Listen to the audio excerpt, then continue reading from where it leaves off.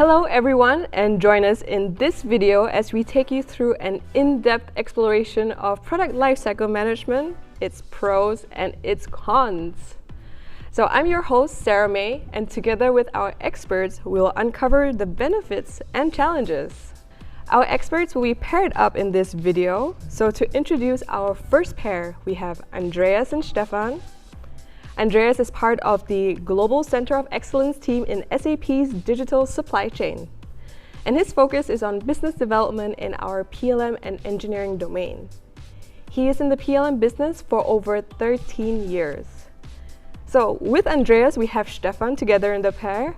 And Stefan is a SAP PLM Business Development Manager in the Middle and Eastern Europe region.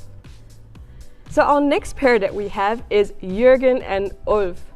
Juergen is currently a professor at the University of Furtwangen and formerly head of our PLM development organization. So I'm really excited to also have him here and part of this video.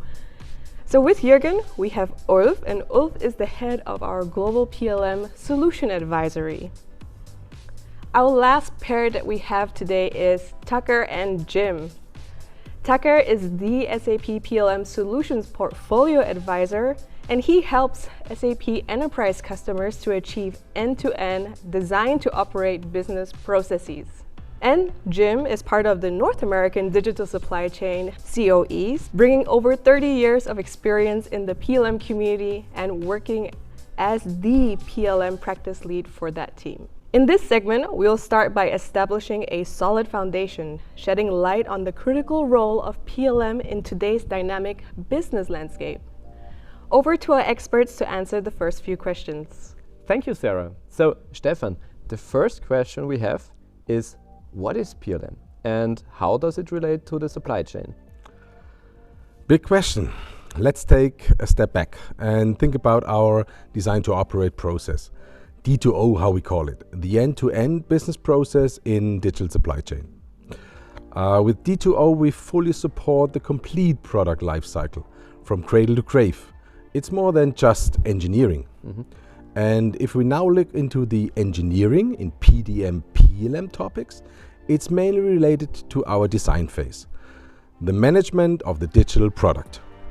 And design is an essential part of our D2O process, and from my point of view, the most important one.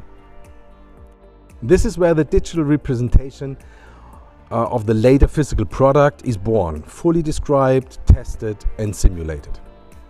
A complete mechatronic product structure, often called EBOM, represented in the PLM solution.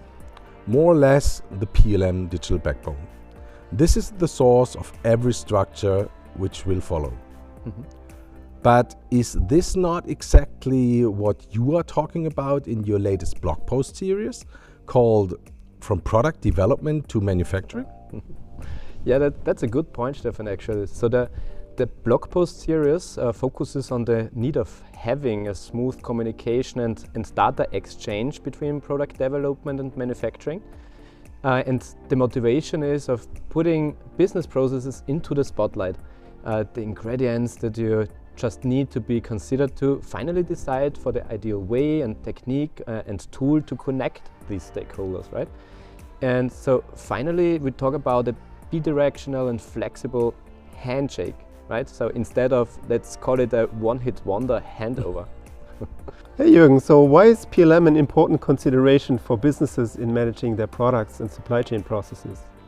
Ulf, PLM helps turn ideas and requirements into new, innovative products while taking sustainability and compliance into account.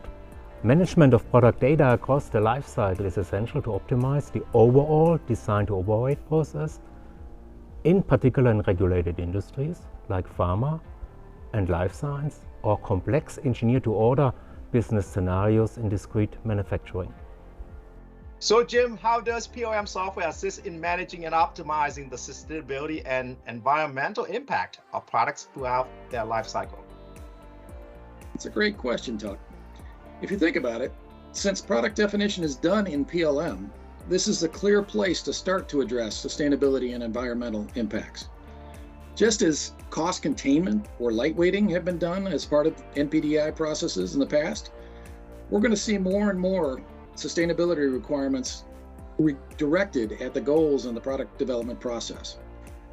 Modularization, designed to support repair, refurbishment, and recycle operations, are going to be implemented to reduce waste. Carbon footprint calculations are going to be introduced around the manufacturing processes and product operation at the end of the design cycle. All of these requirements and targets will become active during the design activities and will be tracked within PLM. And then if you really extend it out, the operational data from previous designs are going to be leveraged as well, so that those sustainability behaviors can be factored into next generation designs as well.